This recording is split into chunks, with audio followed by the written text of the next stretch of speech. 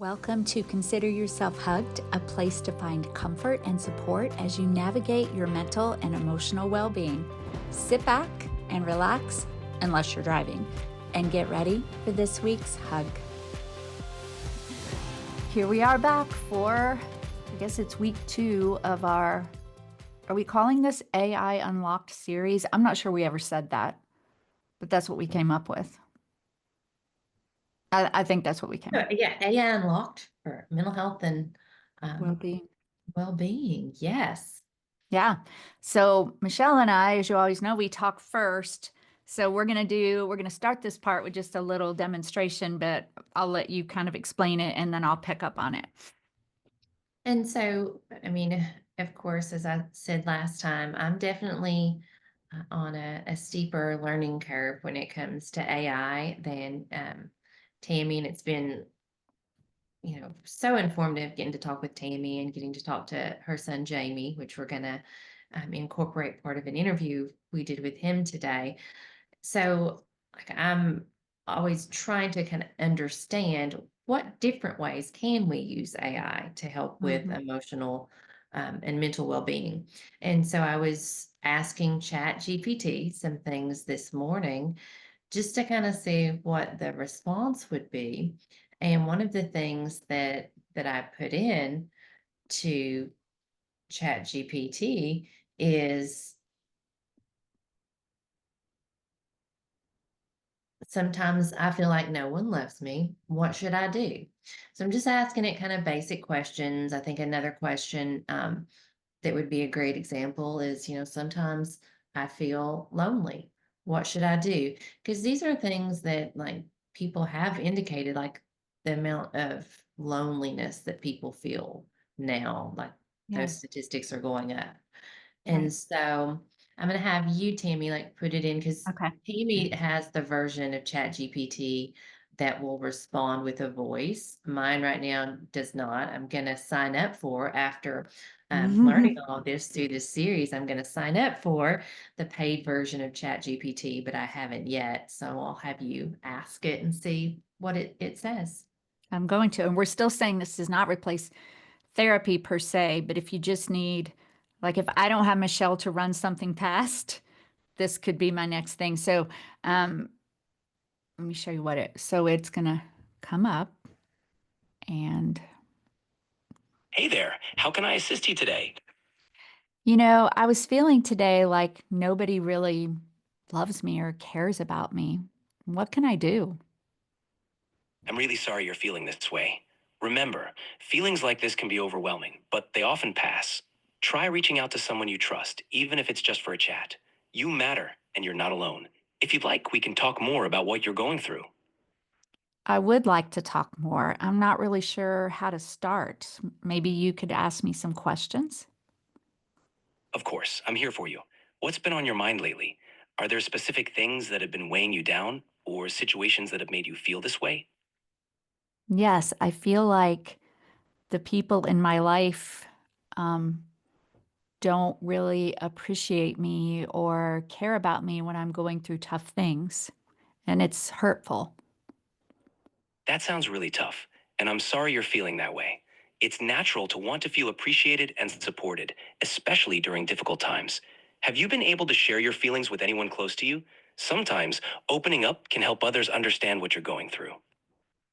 But I don't want to sound like a big whiner. It's understandable to feel that way, but expressing your feelings doesn't make you a whiner. It's important to communicate your needs and emotions. The people who care about you will want to understand how you're feeling. It's a healthy step to take, even if it feels uncomfortable at first. Okay, we'll stop for now. Thank you. You're welcome. Take care. And remember, I'm here whenever you need to talk. By the way, if any of my friends are listening, that's not true. So we were just sort of taking that path. But one thing you need to know too, if you have the paid version, you can have that conversation and it does transcribe it into text. So if you're asking for some advice and you don't have time to write it down, it transcribes it and then it saves it for you.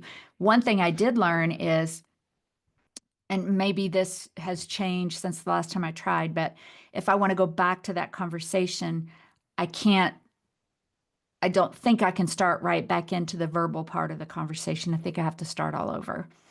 Um, but I felt like it was a pretty decent interaction. What did you think?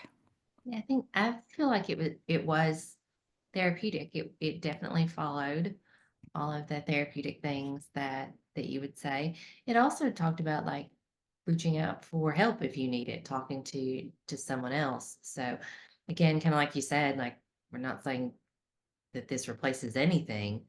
We're just saying it can be an additional tool to run ideas past, to run feelings past, and um, Because the thing too, Michelle, is if now you and I both are in the mental health space and we've spent a lot of years working on our mental health. So when we hash out, talk about issues, we try to do it with a balance of like compassion and um, seeing the other point of view. But the way that that was different from a lot of interactions, if I went to a random friend and just said, "Oh my gosh, I feel like nobody cares about me, nobody loves me." Sometimes the conversation goes like, "I know people suck. Nobody cares about me either." And, if they're not going to listen, you can talk to them, but they're not going to listen. But when you're doing something like this, that's very logical. And I feel like you can even say, right now, I just need to feel cared about. Or right now, I want to tell you what the issue is, and I would like for you to have me problem solve with me. So you can go in a bunch of different directions. So that's what I really love about that. and I really loved that it said sometimes emotions are overwhelming, but usually pass. And so just kind of that reminder of this is hard in the moment, but hold on to the fact that it won't be hard forever. Which is a huge reminder, for Yes. those of us who battle mental health and whether it's, depression, which is in Michelle's area and anxiety is mine. When it happens, it can feel like, we can globalize it. Like, I feel like this now, I'm going to feel like this forever. But hearing that, no, you're not, you know, it's not going to feel like this forever. And so that's an important reminder. So I liked that too. This would probably be a really good time to interject some of Michelle and I did a interview with my son Jamie the other day, who you all probably know as the AI guru, and we talked about a lot of things. So let's put a piece in to hear what he has to say about this. I think it's been really good for me. Uh, I think having like a voice that's available all the time that is not perfect by any means, but is available and is smart and has access to context about your life and uh, can sort of get you out of thought loops and um, make you feel a little bit less alone. I think that's really powerful.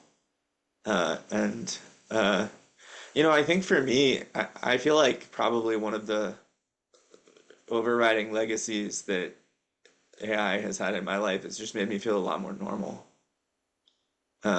Because I think sometimes, I struggle with anxiety and depression sometimes, and when things get tough, sometimes you can feel like you're just like totally isolated or like you're not connected to to sort of the broader strands of humanity. And to be able to articulate what appears to be at the time this really complex and nuanced and difficult situation that nobody could possibly understand because nobody has ever faced this before. And then just to be like, oh yeah, that's interesting. This is fine. Here's probably like, don't worry about that, or you can set that boundary, or you don't need to worry about it. Like that person can take care of themselves, or like anything like that. I think, and so just to have like a kind of Sherpa that's like, okay, here's kind of what it's mostly like to be human for most people. And like your experience, while unique and sort of very individual, is not that different from the collective wisdom and experience of all of the humans that came before you. Say, what did y'all think about that? Did you did you gain something else from it? I mean, he has a lot of experience, but I think it was helpful. Did you think it was helpful? It's so interesting to hear from someone who has already incorporated AI into their day-to-day life and already knows like how powerful that tool can be. And so, yeah, I mean, Yeah, he's been so doing it for many different years. avenues where you can use it. Yes. Yeah. So we'll put, I always need to make notes. I'll put some sort of information about paid versus free, because Michelle was asking me about what the differences are. And all I really know, like I know you have, so in the free version, you can hit the microphone just like you do when you do a text, but it's not an interaction. So the paid version is the one where you can have the conversation. And during Christmas, the voice was ho ho ho. So, And I would definitely, if you're going to use it, for mental health and well-being, I would definitely recommend the paid version. I'm definitely going to sign up for it because it makes a difference. When I was asking it things this morning and you're getting a typed response, hearing a compassionate voice it's makes a different. difference. Mhm. Like when you're comparing the two. So I definitely feel like it's worth it. And it was really fun. I don't know how ChatGPT does this voice, but you all remember. And if you don't, I don't know if I can put a link because I'm not sure what's going on with the company. But when Jamie started his company Autobiography, which was an interactive tool like that, but the voice was a guy named Dave. I mean, it was his real voice. And I met him at one of Jamie's events, and he was just such a kind man. And so when I was talking to Autobiography, it felt like I was envisioning Dave. So it may even be helpful to envision a face that goes along with that voice, just to make it feel more real. Very So, calming, compassionate. yeah, and those things have been very helpful for me. Um, the engagement between AI and me has been it's been very helpful. It's helped me to grow a lot. So we wanted to open with that, and then I think we have 5 little categories, right, of ways. Like today, everything we're doing this series is about helping your mental emotional well-being. Last time was the overview. Today is specifically tools about emotions and mental health. Next week is productivity kind of tools, but that still goes back to your mental health. And then we'll finish with privacy. But today's the big day, don't you think? I think so. These tools are powerful tools, and they can make a huge difference. Some of them you've maybe heard of before, some of them may be new, but again, all of them can play a huge role in mental health and well-being. I have to tell you this if you don't mind. I went, we talk so much about stigma, and I feel like Michelle and I are both pretty much open books about our mental health. Like we're not embarrassed but I think for both of us, there was a little bit of stigma that held us back from considering medication a while back. Yeah. And so it's there, even though we talk about it and we're free. But I went for a dental appointment. I'm not going to tell you where or anything, but I thought this was interesting and I wanted to get your take on it. Um, and I'll relate it to AI. But so there's a medical history form that I have to fill out. Joint swelling, things that you check, bone disorders, heart trouble, rheumatic fever, thyroid problems, diabetes, hepatitis, anemia, asthma. I'm not going to read them all. But then emotional problems. Now, does that strike you as weird? It strikes me as stigmatizing. Emotional problems. Well, first of all, you're a dentist. Why do you need to know? Are you worried that I'm going to freak out on you while I'm on the table?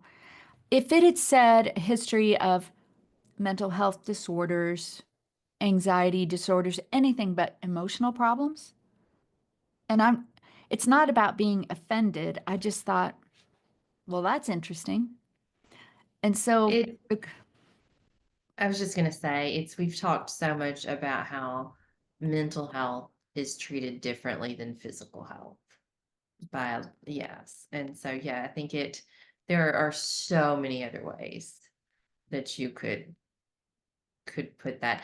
And it doesn't really tell you anything, specifically, like you said, like if you have panic attacks, um, there are many things that it would probably be helpful for them to know regarding mental health, but that doesn't really. could have been mental health challenges and then specify Mhm. or, something. So I don't know. I just thought it was really interesting. Did you mark it? I didn't Yeah. because I'm like, Who would? Who what is would? it? Who would mark that? Yeah. Emotional problems. We all have emotional problems. I mean, come on, from time to time. So, but I think about that all the time as we continue to just continue to delve into mental and emotional well-being and stigma and all that stuff. Um, but I think I'm hoping AI will also help evolve that language too and help Yeah. people to understand.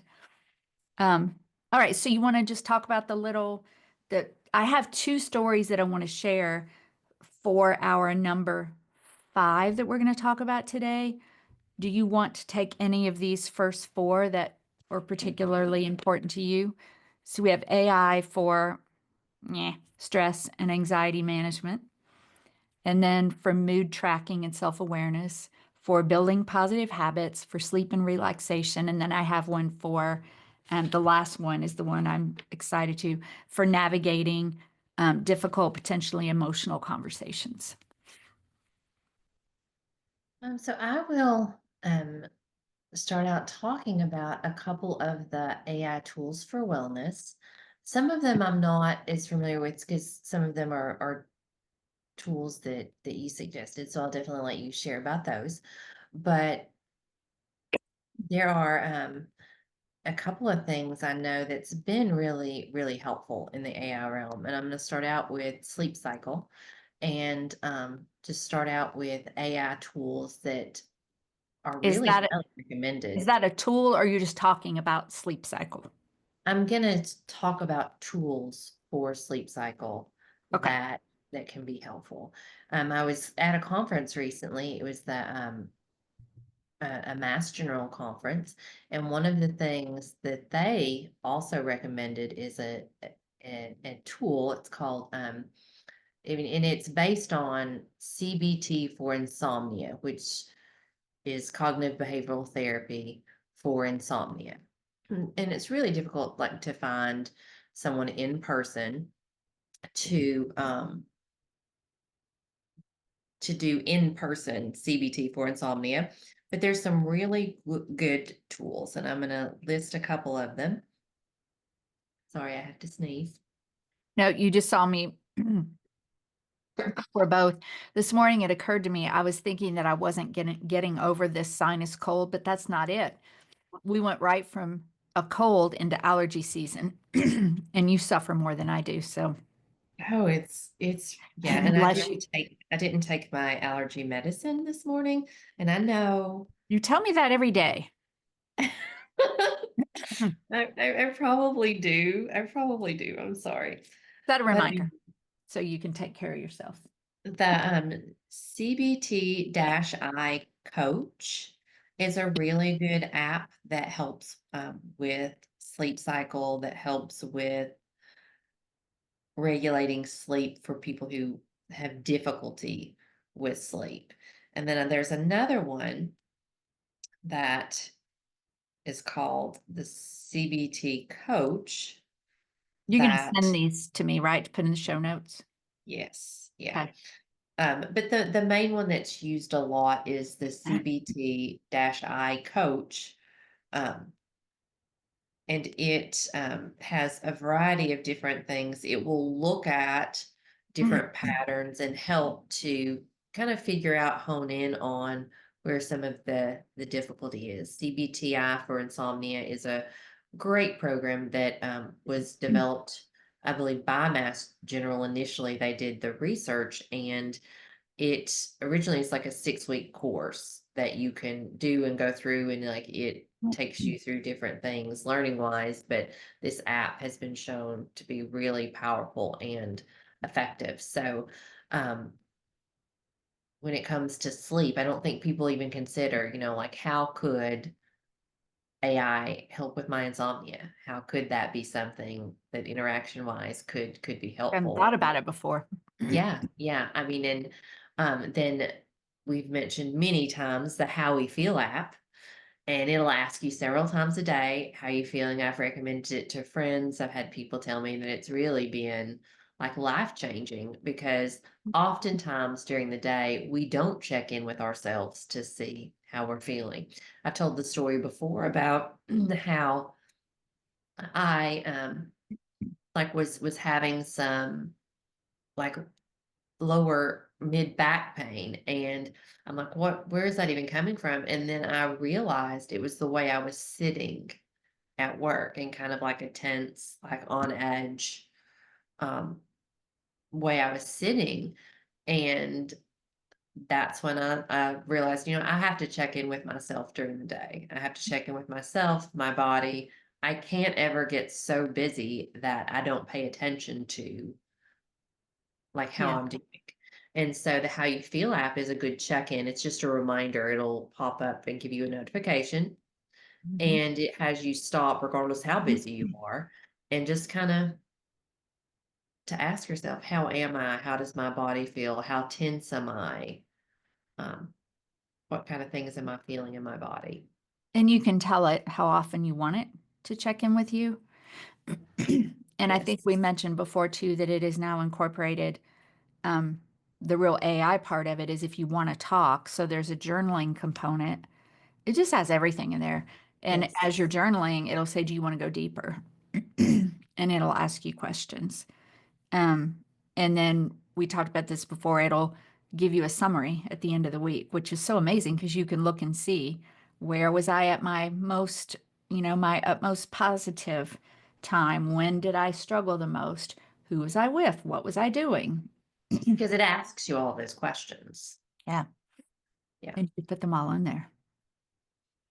And then like, I think I'll let you mainly talk about Calm, but I do believe that Calm is a really great tool. It's really helpful. It has so many different things, everything from like different sounds when you're trying to go to sleep to different meditation, mindfulness activities. So it's a great tool as well. Yeah. And I think all of those, let me back up a minute with you. So the first category that we're including, and these will be in the show notes, and you'll have a downloadable worksheet, is about sleep and relaxation, which I think that's a really good place to start because without that, that's so rough. So we'll put those things in there, and I'm going to put a headband. And this is incorporating, I mean, everything we're talking about is not like strictly AI, but a very soft headband that I talk about all the time that has little speakers in it. And I found, when I was going through the worst part of my anxiety, which was in the 90s, and I had this cassette tape series and those ginormous headphones. um, but now it's a Bluetooth and it's a very soft headband. If I want to, I can pull it down over my eyes. And what it does is it just isolates me from the world. And sometimes I'll post a few other things along with what Michelle posts. It may be a progressive muscle relaxation. Some of the like headspace calm breath work, there's a little bit of overlap here. But what I found the most helpful was an app that had a little music, visualization, and guided progressive muscle relaxation. And why I found that to be so helpful is because your brain, for those of you, okay, if you're listening or watching, raise your hand. If you obsess at night when you lay down and go to bed, your mind just starts going.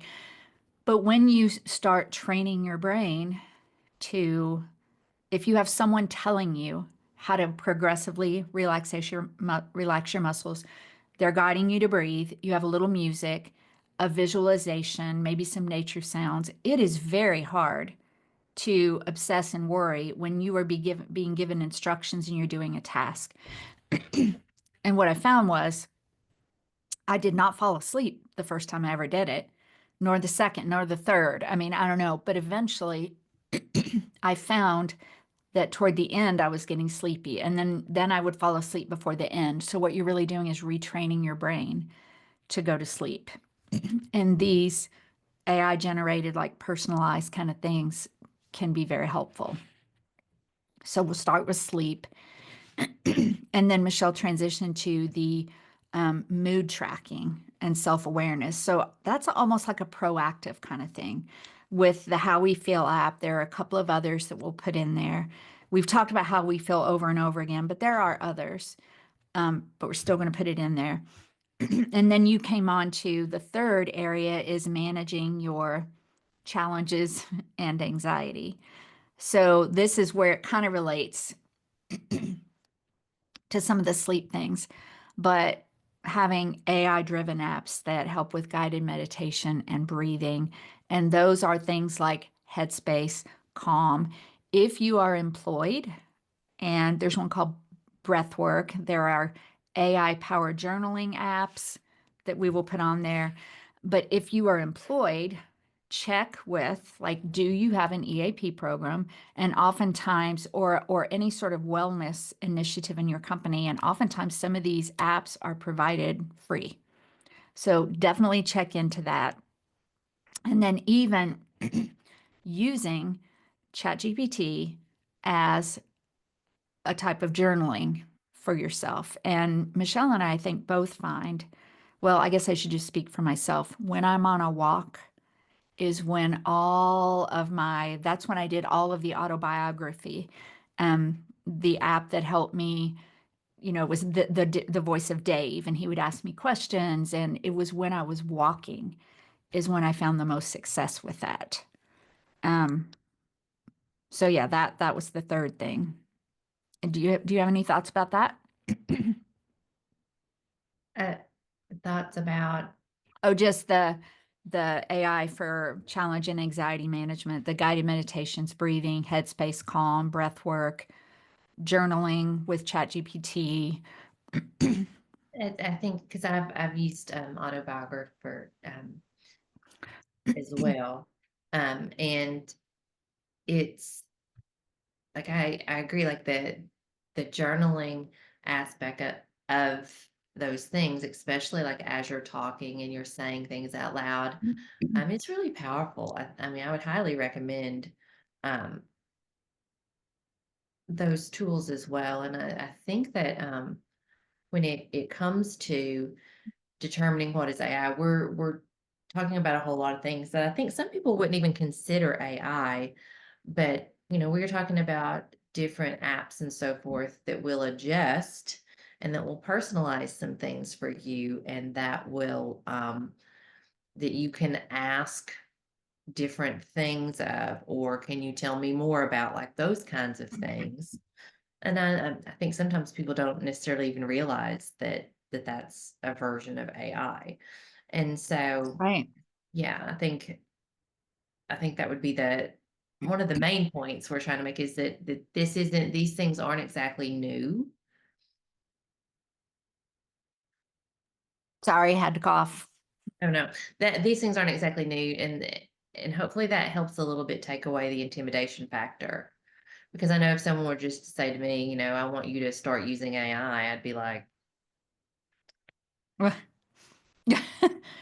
She's saying no, no, no, but I'm picturing. Well, I mean, I think I have shared it before. Like I was just I worked at another office one day and went through Wendy's for drive through for lunch, and it was an AI automated mm-hmm. um, I don't even know, like that was taking the order. AI was taking my order. We had that at Hardee's, and Michelle and I were going to try to create a skit for that, but we We still will. We just haven't. we just haven't done it yet. But you're right. I mean, Alexa and Siri, that's all AI, and it's been Yes. around for a while. For a long time, yeah. Okay, then I think I want to put off the habit one to next week when we talk about productivity. Are you okay for that?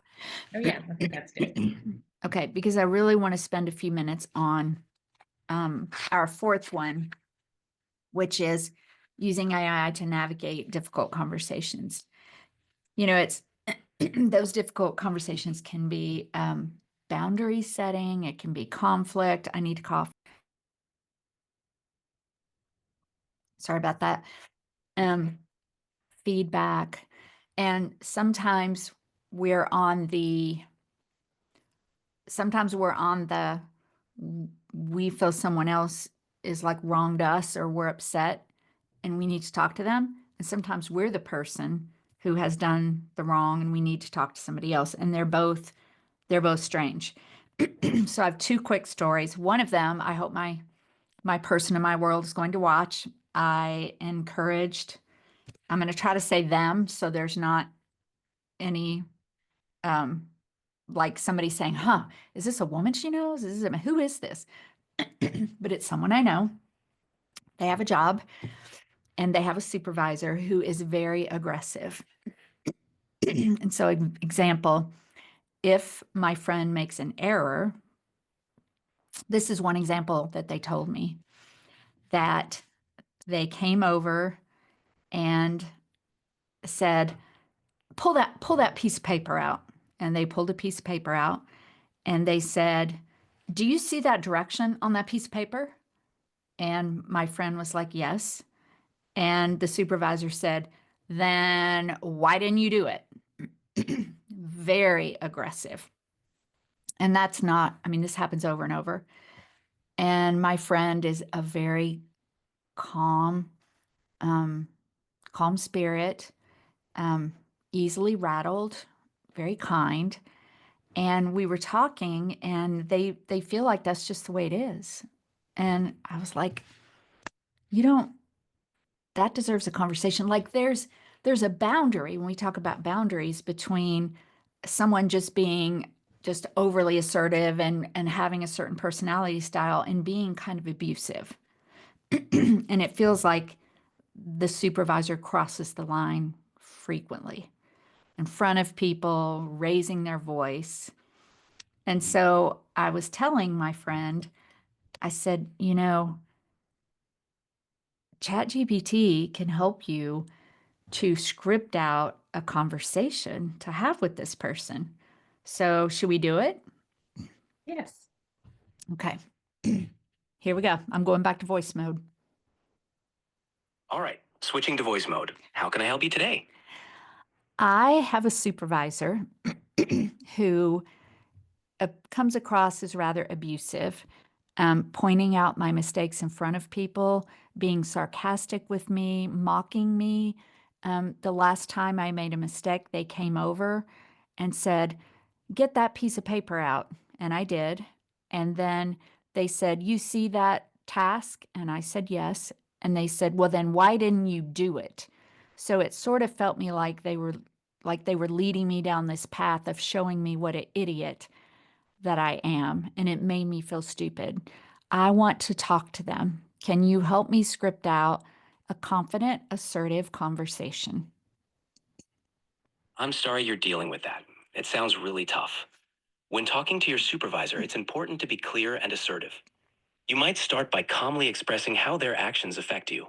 For example, I wanted to talk about how I feel when mistakes are pointed out in front of others. It's important for me to learn, but I'd appreciate if feedback could be given more privately. Make sure to stay calm and stick to how you feel. Would you like help refining that further? Yes, please. All right, let's refine that. You might say, I wanted to discuss how feedback is given. When mistakes are pointed out in front of others, it feels discouraging and affects my confidence. I value learning from my mistakes, and I'd appreciate if feedback could be given privately. You can follow up with, I'm committed to improving and want to have a positive working relationship. How does that sound? Okay, and I know this is going to be written in text, so I can use it later. Is that right? Exactly. You'll have this conversation written out here, so you can refer back to it whenever you need. You can also adjust or practice it as you prepare. Does that help? Yes, so if I wanted to practice with you later, you could play the role of the supervisor?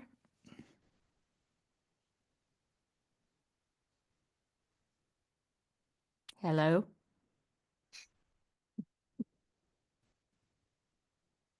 Well, okay, that's all right. He's out on the supervisor. What? He's out on playing the He's supervisor. out. Right. Yeah, Go no, and I'm play not the playing the supervisor. supervisor. But it's all here now. Okay, so it saves it. So you don't have to like write it down.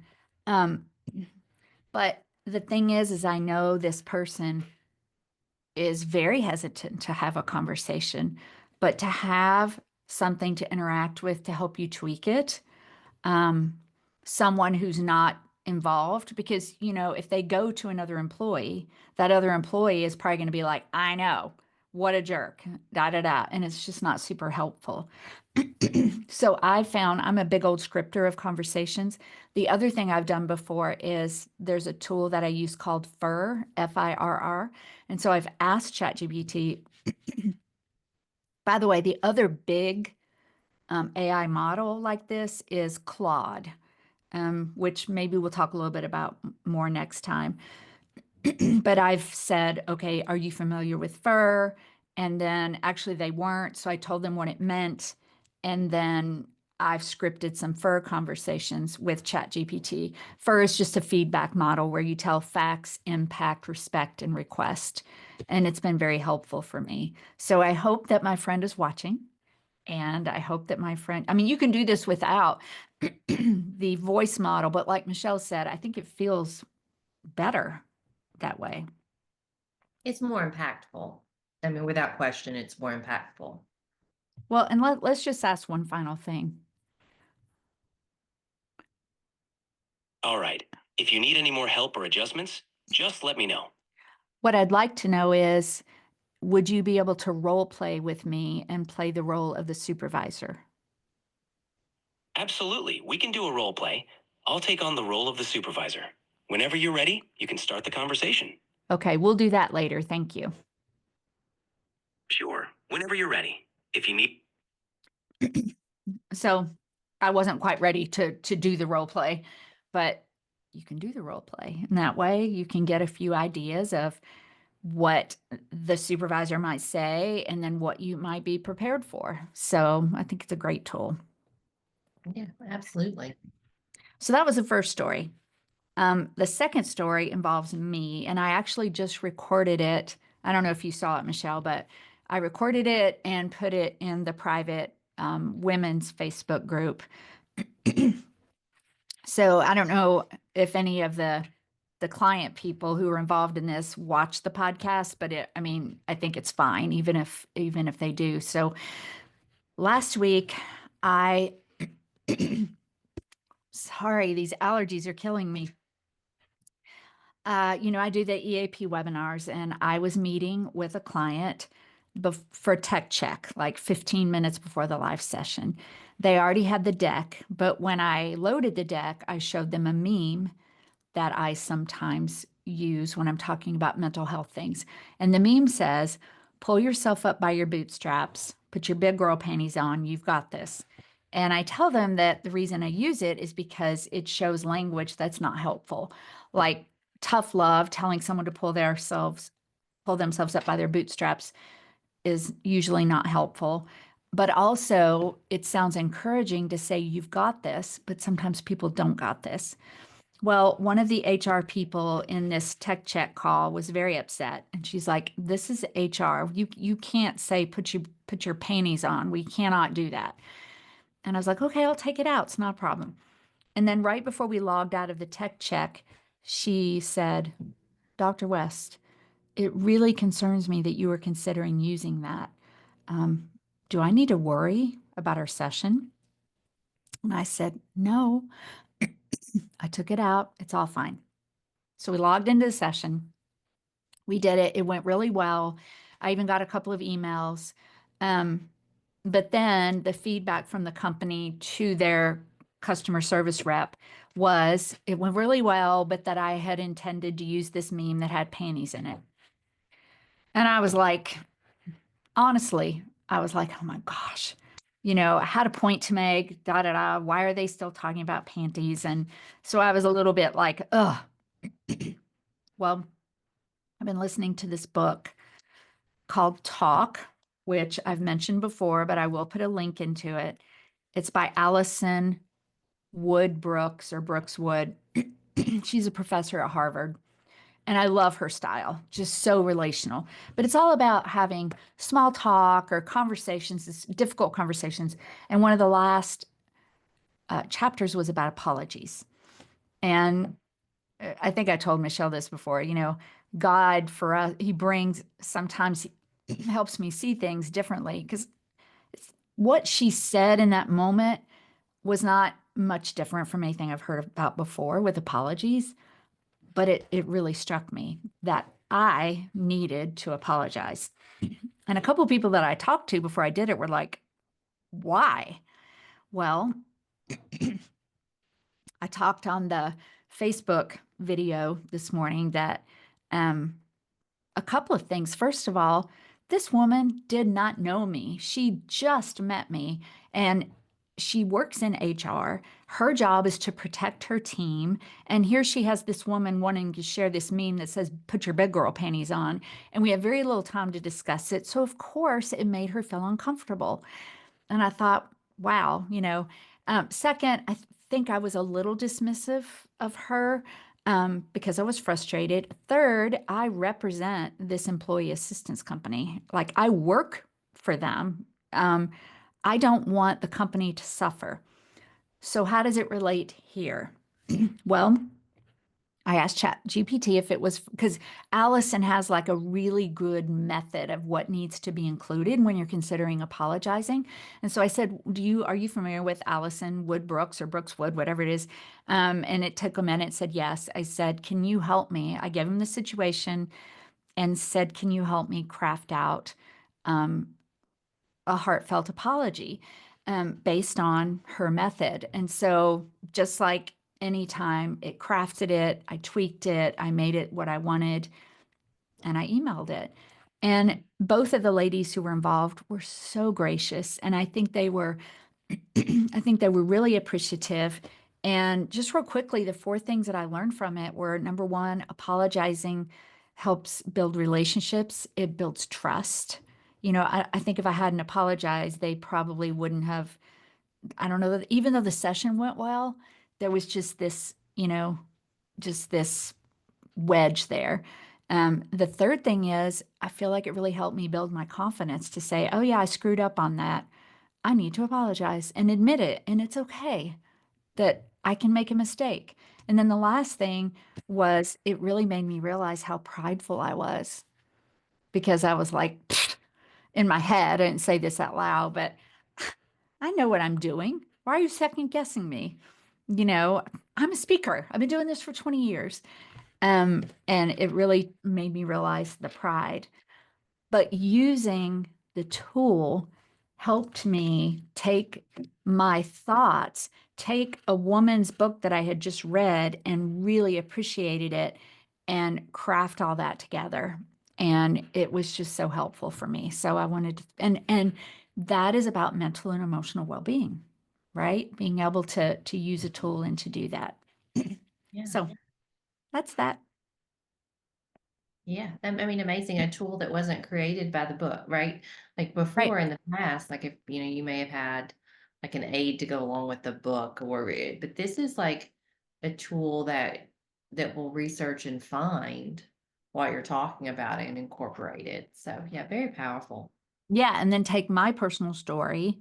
And we've talked about how Tim and Jamie and I were talking this morning about whether we say please or thank you when we're doing things on ChatGPT. And Tim said, well, I've done it, but it just ignores it. And I said, I usually do. And the reason is, according to Jamie and what I've learned, we're training these models to know who we are as people. So if I put please and thank you in there and it incorporates that and it learns that that's part of my language, then that's why I do say please and thank you. But I was also laughing. I was having, you all know by now, we use AI a lot to help with the administrative, the clerical part of this, taking our transcript and making the show notes and all those things. But I was asking it to help me do a worksheet, and then I changed my mind. And I was laughing because I said, okay, if I had an assistant and I said, I need this worksheet, they probably would have spent a few hours on it. And then I changed my mind. I said, if it were a live assistant and I said, oh, I changed my mind, they would probably be like, are you kidding me? I just spent 3 hours. But with ChatGPT, I just said, hey, can you put this in there? I want to do that different. And it just does it. So Yeah. very helpful. Okay, what do you think? I think we covered our main points today, and I'm looking forward to next week as well, learning so much from this.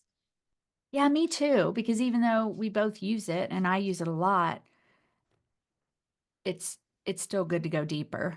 And just so you all know, we're going to tweak, like we did the handout, but then based on what we wind up talking about, but some suggestions that came from us and ChatGPT together, we will put the AI tools under one part. Some of the things we've talked about and some of the things we haven't, go check them out. We have a couple of tools here for navigating difficult conversations, some tips for using AI for mental well-being, and then there's a 7-day AI wellness challenge that Really um, like that. I'm gonna do that. yeah, let's do that because it'll help us. Let's commit to using a tool that we haven't used before Yeah, and see what we absolutely. think.